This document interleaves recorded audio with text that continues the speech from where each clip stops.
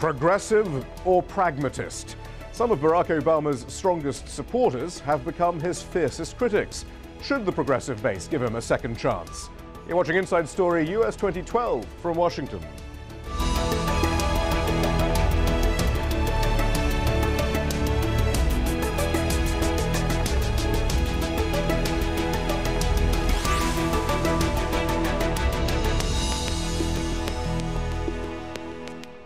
Hello, I'm Shihab Ratansi. Change was his mantra in 2008. Now, President Barack Obama has revived his populist rhetoric, attacking trickle-down economics, deregulation, and lower taxes for the rich. However, he's given few details about what he actually hopes to accomplish if he is re-elected. Instead, as incumbent presidents often do, he's reminding voters of what are seen as his victories: the killing of Osama bin Laden, the end of US combat operations in Iraq, and the overhaul of the US healthcare system. But some of his key supporters from 2008 say Obama has been a major disappointment, just another pragmatic politician and not the populist he portrays himself to be. One of his strongest supporters turned critic will join us in a moment. But first, let's listen to President Obama's recent pitch to the voters. Change is the decision we made to rescue the American auto industry from collapse when some politicians said, let Detroit go bankrupt. Change is healthcare reform that we passed after a century of trying. Here in the United States of America, nobody has to go broke because they get sick. Already 2.5 million young people have health insurance that didn't have before because this law lets them stay on their parents' plan. Change is the fact that for the first time in history, you don't have to hide who you love in order to serve the country you love, because we ended Don't Ask, Don't Tell. Change is the promise we made in 2008. For the first time in 9 years, there are no Americans fighting in Iraq. We have refocused our efforts on the terrorists who actually attacked us on 9/11. Al-Qaeda is weaker than it's ever been thanks to our amazing troops. Osama bin Laden no longer walks the face of this earth. We have begun the transition out of Afghanistan. That's what change is.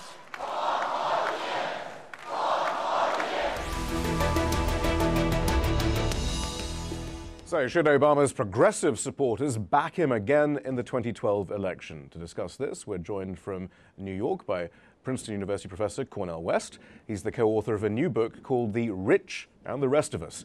In the studio with us, we have Simon Rosenberg. He's the president of the New Democrat Network and an advisor to Democratic leaders and the Obama administration. And Anne Kornblut, she's deputy national political editor for the Washington Post. Professor West, first of all, then, we heard President Obama talking about change on that topic. Then how have your perceptions changed of President Obama since the last election?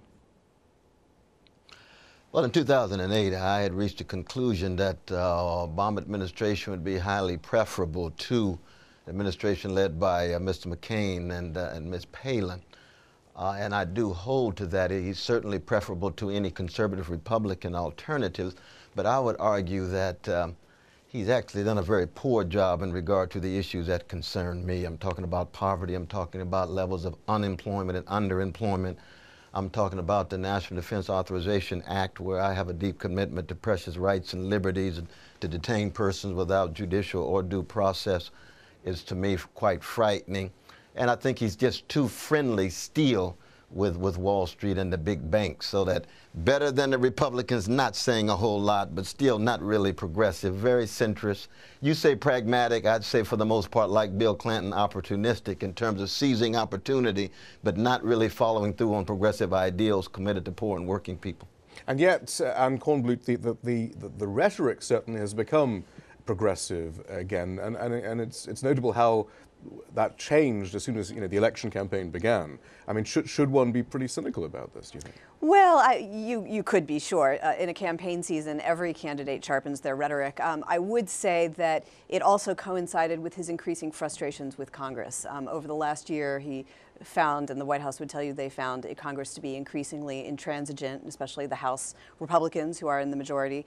And after their frustration exploded sometime last summer, he grew increasingly populist sounding. He railed against Congress. He railed against inequality. That does happen to coincide with the election year, but it did begin a little bit in advance of it. But still, Simon Rosenberg, he makes speeches about equality and so forth, even as he's signing into law further laws deregulating the reporting requirements in the stock market and so forth. He's further deregulating Wall Street, even as he's talking about how things have to change. I mean, again, it doesn't seem, it just seems to be pretty cynical. It seems like a campaign ploy, doesn't it? I don't think so. And I think on the broader topic about whether he deserves re-election, I think yes. I mean, I think the economy is substantially better today than it was when he took office. We've seen an historic reform of our healthcare system where very shortly no American's going to have to ever worry about getting health insurance ever again. We've seen the banks and become much more consumer friendly. I mean, there's been significant consumer-friendly regulation passed. It's not everything that I would have wanted or Dr. West would have wanted, I think, but there's been a substantial change in the culture of Wall Street. And so I think that on the broader question, there's been, and then you said it in your own introduction, on foreign affairs, he's overseen a tremendous transition from a failed... It's a continuation, actually. I don't agree with that. I think what we've seen happen in the Middle East in the last 18 months has been a historic change of which they've nurtured and helped. Yeah, and we're entering one step behind, usually, actually. And maybe. Perhaps not rather ambivalent. Lead it from behind. All right, well, let's look at his record then. Even by President Obama's own criteria, this is how President Obama defined the measure of success for any president in his 2008 Democratic Convention speech. We Democrats have a very different measure of what constitutes progress in this country. We measure progress by how many people can find a job that pays the mortgage, whether you can put a little extra money away at the end of each month so you can someday watch your child receive her college diploma. So by his own standards, how is President Obama doing? Not great, according to a New York Times CBS News opinion poll published this week. 64% of Americans are concerned about paying their housing costs. 4 in 10 parents say they've had to alter expectations for the type of college they can afford for their children. And about 1/4 of those polled say the future of the next generation will be better, while nearly half say it will be worse. That Professor Cornel West, it seems even by candidate Obama 2008 standards, things didn't turn out as he'd expected. Well, there's no doubt that if President Obama were as committed to dealing with mortgage relief as he was to bailing out investment bankers, that we'd have a very different kind of response among fellow citizens when it comes to wrestling with mortgage problems. The same would be true in terms of the wealth inequality. In 2010, the top 1% had 93% of income growth. 1% of the population getting 93% income growth under Barack Obama, which is to say that he's not responsible for the structural tendencies of the system, but he could curtail some. When he gives those kind of popular speeches, yet engages in the kind of neoliberal policies that are deferential to oligarchs, deferential to plutocrats, the top 1% that the Occupy movement rightly talks about and wants to be sure they have democratic accountability. And that's the question, on Kornblut. And the real test, I think, progressives are setting. Why didn't he act when he did have both houses of Congress? Why do we only hear about these things now that he's effectively a lame duck and begging for votes from his base? Well, he did act when he had both houses. Did he act on the things that everybody wanted him to act on? Obviously not. Didn't satisfy everyone, but he certainly did health care in that time. But a health care reform plucked from a right-wing think tank. Well, you sure couldn't get the right-wing think tank to admit to that now. And if anything, Republicans are running against it now. And that's not to minimize the complaints that the left have, but I think the White House would tell you they've done the best they could. Even when they had both houses of Congress, they didn't have a big enough majority in the Senate to make it as meaningful. Now, obviously, without Republicans. But this is the underlying question. Yes. Simon Rosenberg, then. I mean, is it simply a matter of, well, he did his best, he was blocked by Republicans, or is it simply that he's frankly not much of a progressive in the first place? I mean, he doesn't really believe in some of the fundamental changes that the progressive base have been clamoring for. He is simply just a centrist, perhaps right-wing. Someone calling him perhaps the best Republican president we've ever had, or at least perhaps since Lincoln. It's funny that if you go on Fox News or listen to Republican talk radio, they wouldn't agree with that. I mean, they still call him a socialist and believe that he's outside the mainstream of traditional public opinion around capitalism, right? So, he's managed to your point, I mean, the Republic be demonized by the right, and there's still some suspicion on him on the left. But look, I think that on the question you asked is that I think that I think this administration's done a good job. I really do believe that. I think they were dealt a very difficult hand It's clear that they perhaps underestimated the significance of the economic challenges that they had when they came in here. I don't think they would even dispute that now. Perhaps their eye did wander a little bit by going into healthcare prior to the economic stuff really being fixed. But at the end of the day, the economy is improving, our healthcare system's better, and there's been substantial change made in the country. And I would add there's another question, which is he not just a populist? I'm not sure what you mean. Professor, we'll get right to you in a moment. The question I would also ask is he not a populist or is he not a very good politician? I mean, I think on some things you've seen him, even when he had Democrats working with him, unable to achieve his goals. Closing Guantanamo was one that he could have done. That's interesting, because I think that they came in, though, this administration, thinking they were brilliant politicians. They were going to outsmart the system. Actually, well, don't they all? In some ways, I mean, actually, this, and Professor, we'll definitely get to you in a second after this, indeed. The Obama campaign has actually recruited Tom Hanks to narrate a video spelling out the achievements of the presidency. And this is how they're framing the presidency and what happened from day one. Starting today, we must begin again the work of remaking America. As president, the tough decisions that he would make would not only determine the course of the nation, they'd reveal the character of the man. The first decision, where to begin. Which is 1, which is 2, which is 3, which is 4, which is 5? Where do you start? What I love about the guy, he says, we're going to do them all. Because we've got to do them all, we don't have a choice to pick. Rahm Emanuel, President Obama's former chief of staff there. Professor Cornel West, then, I mean, that's the question there is, well, okay, they said, oh, they were going to do everything, but were they doing it simply to see what they could pass? And they weren't necessarily thinking about what their vision for a new America would be, but, okay, what can we achieve? Let's take that Heritage Foundation healthcare proposal, because surely the Republicans won't oppose that, and so forth. I mean, it really wasn't about principle, it wasn't about idealism, it was about what we can do to get things moving, no matter what they possibly might be. No, I think we just have to be honest and admit that Barack Obama, he's neither a progressive nor a populist. He's a neoliberal. He's a centrist. That's why he doesn't listen to Paul Krugman, who is progressive. He doesn't listen to Joseph Stiglitz as economist. He can go to Colombia and make fair trade agreements that upset Mr. Trumka, who heads the labor movement in the United States. 44 drones under Bush, over 239 drones under Obama when it comes to foreign policy. That's not the work of a progressive. Same is true in terms of levels of unemployment and underemployment. Where is the stress on jobs? How long did Barack Obama talk about austerity? How long did he reinforce a consensus of being preoccupied with deficits rather than engaging in massive investments in research and development, infrastructure, jobs with a living wage? Progressives talk about the world from the vantage point of poor and working people. He talks about it as a neoliberal concerned about Wall Street and slices of the middle class, and very conservative, almost militaristic when it comes to foreign policy. That's a neoliberal and a centrist, and we can just be honest about that, and we can argue, what is centrism better than progressivism, yes or no, but he's not a progressive or a populist. We have to be candid. And Simon Rosenberg, I mean, now President Obama is just saying that there's a real choice ahead of the electorate in the coming election. In fact, let's hear that particular sentiment being expressed by the president himself. He does it better than me. Let's hear that. Can we succeed as a country where a shrinking number of people do exceedingly well while a growing number struggle to get by?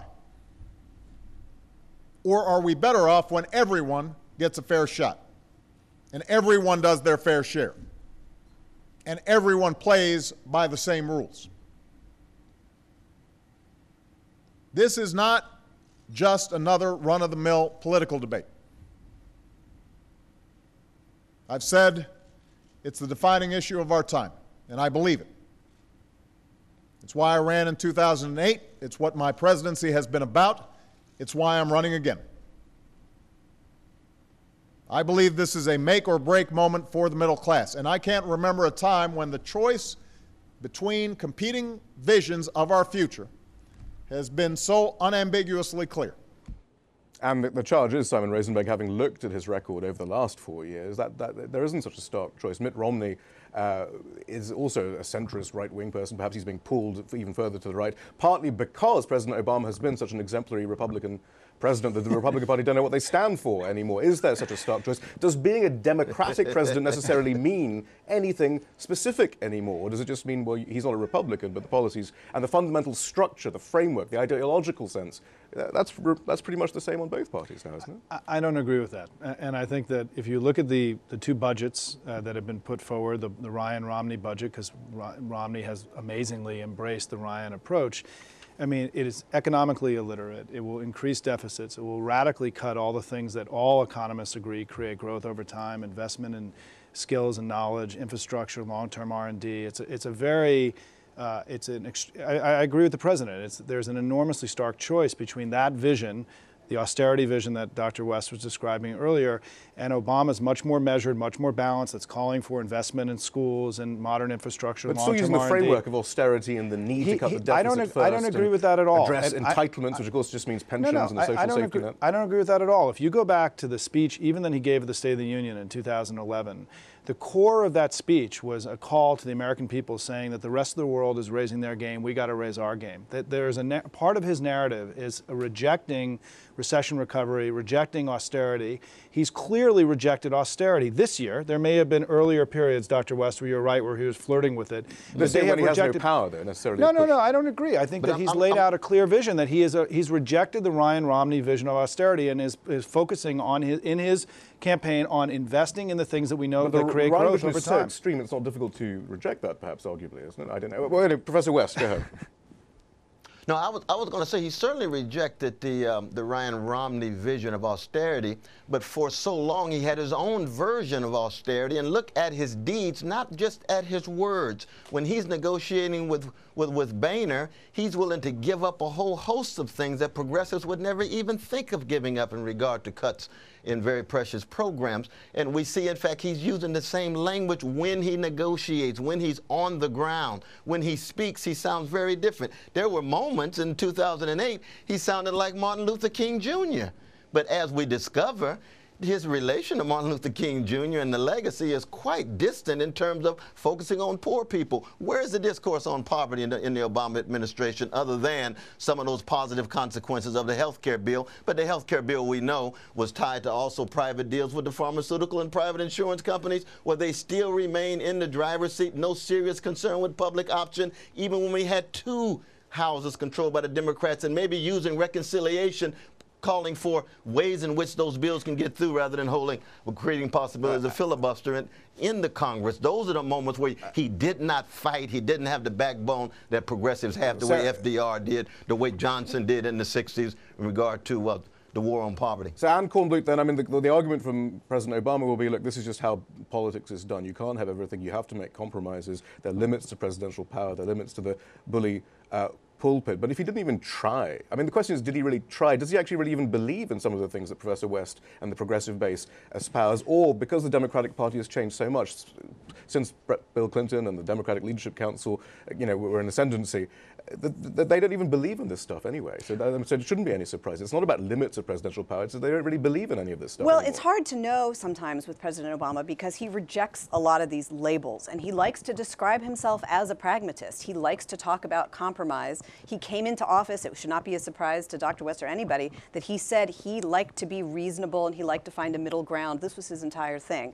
And so I think what you've seen, and the White House has grown disenchanted with some of this compromise, but from the outset, their goal was to try and meet them halfway. Well, with a Republican Party that they now see as very far to the right, where halfway was a very long way from what Dr. West is describing. But the president was determined for a long time, I think he might now say too long, to try and still find that common ground, and in the process found himself common ground dragged. But the visions, I mean, the point is what is that vision that Democrats have, and how different is that vision from the Republic? I mean, it's about whether, I mean, many of the problems, I guess, Professor West, perhaps I'll address this to you, should we be surprised? Many of the things we see President Obama doing are entirely consistent with President Clinton's presidency. Further deregulation, giving Wall Street the benefit of the doubt, dismantling the social safety net. That's all from President Clinton. Even the precedent of non-UN sanctioned preemptive wars and so forth, all from President Clinton. Should we be surprised? Is the Democratic Party, I mean, does it have anything in common, frankly, with the progressive base that you support anymore in the first place? Was it naive to think President Obama, as one man, would have changed that even if he wanted to? Well, we know that one person, even president, can't change a whole system. But we're talking about trying to change the atmosphere, trying to change the context in which we talk about things. Bill Clinton, of course, is just a masterful politician. He still, at heart, I think, was a neoliberal coming out of the Democratic Leadership Conference, and in that sense, Obama is, in fact, quite continuous with the neoliberalism of Bill Clinton. But Clinton, of course, is just so masterful in his language, and he's able to relate to the feelings of others. Barack Obama doesn't have that kind of skill, doesn't have that kind of capacity. But clearly the DLC thought he had.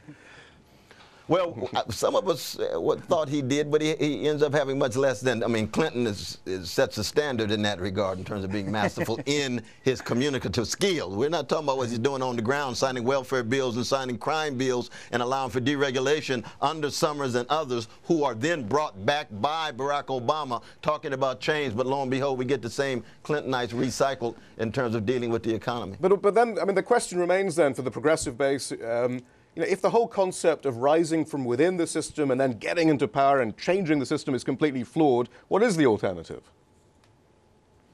Well, we still have to have an inside-outside strategy. I mean, we know the political system is broken. Barack Obama himself is now complicitous with the big money dominating the system, the legalized bribery and normalized corruption that's shot through our very sad political system at this moment. But we still have to have the insiders. Thank God for Bernie Sanders and Keith Ellison and Steve Cohen and Maxine Waters you still have hope then? Hold on, but you still have hope from that? No, I still believe in working with progressives inside of the system. But keep in mind, we've got the streets, we've got the jails, we've got organizing, we've got mobilizing, bringing peaceful, democratic pressure to bear to transform the system, beginning, of course, with campaign finance reform. And is the White House aware of this, Simon Rosenberg? I mean, there's already signs that they are aware of it in the sense that they're trying to co-opt the Occupy Wall Street movement. We did a program on that this week. In fact, there's this now alternative 99% Spring organization that's set out, which seems to be in some ways blunting some of the power of the outsiders.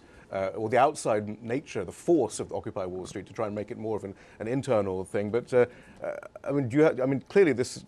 I mean, it's difficult not to come to this conclusion, though, that as far as the system is concerned, as far as the Democratic Party is concerned, as far as President Obama is concerned, we're not simply going to get the sort of changes that the progressive base want. I just want to go contest one thing that was said, which is, having worked for Bill Clinton, is that, you know, during his 8 years of his presidency, we actually had rising incomes for middle class. Median income went up by $8,000 during the Clinton term. Poverty was significantly reduced. We saw the longest period of economic poverty numbers are reduced because because people weren't allowed to have collect their welfare checks. The thing that's unfair, I think, to characterize the Clinton presidency, whatever the ideological approach it should have been a liberal fantasy in terms of what actually took place with actual working people during the course of his presidency. Everything went up and everything went in the right direction, including we went from deficits to surpluses, right? But median income went up $8,000 a family. There's this mythology that sometimes perpetrated that, you know, we've been seeing declining wages now and the condition of the middle class for 30 years. That's simply not true. I think we're talking about polarization, income inequality. But I understand, but the performance of the Clinton presidency in terms of raising middle class, everyday people's incomes up was unparalleled in the last 35, 40 years of American political life. So I think that's one. The second thing is on the issue of the Obama campaign. I know we could debate this for a long time, Dr. West, but on the issue of the Obama campaign building, look, they are working unbelievably hard right now. They're part of the way they're dealing with what you're raising is investing unprecedented amounts of money on the ground, asking people, the center left, progressives, moderates, the whole kit and caboodle of the Democratic Party to engage in a citizen-led campaign like he did before to overwhelm and blunt the power of the outside, corrupt, soft money. I mean, he's not... he's allowing super PACs in, actually. He is, but they don't have the super PACs. The super PACs that the Democrats have virtually no money right now, and they are not going to be major factors as of today in the election, whereas the Republicans clearly are going to be using the super PACs as their primary means of engaging the election. There's going to be a stark choice. You're going to see a people-led campaign led by Barack Obama versus a plutocratic campaign coming out of the right. I think that's going to be one of the areas in this election where there's going to be an unbelievably stark choice. Come the fall, the Republicans are playing a politics that is the same as their economic philosophy. The Democratic Party, Barack Obama, is executing a politics that's people-based, citizen-led, that's similar to his current economic approach. I think that's going to be part of the But I mean, is that, again, I guess, final word then, Professor West, I mean, is that really such a stark difference? Again, is it just the rhetoric? His deeds don't suggest he's that different from the fundamental framework of the Republican Party currently. I think if you look at it in terms of oligarchic rule, conservative version Republicans, neoliberal version of Democrats, Democrats certainly better than Republicans if you're concerned about working and poor people.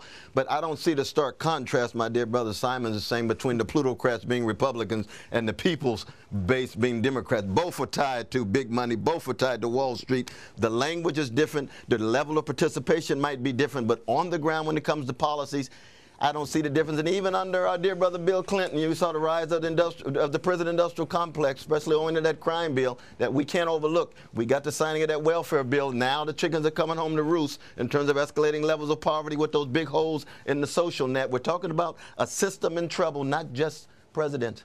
I'm afraid we do have to leave it there then. Professor West, thank you very much. And Kornblut, thank you. Thank you so very much. Simon Rosenberg, thank you so much. That's all from the team here in Washington, D.C. for now. Don't forget to follow us on Twitter and Facebook, where you can find more information about the program. And we want to hear from you. Tell us what stories you think we should be covering. Send your ideas directly to us at InsideStory@aljazeera.net.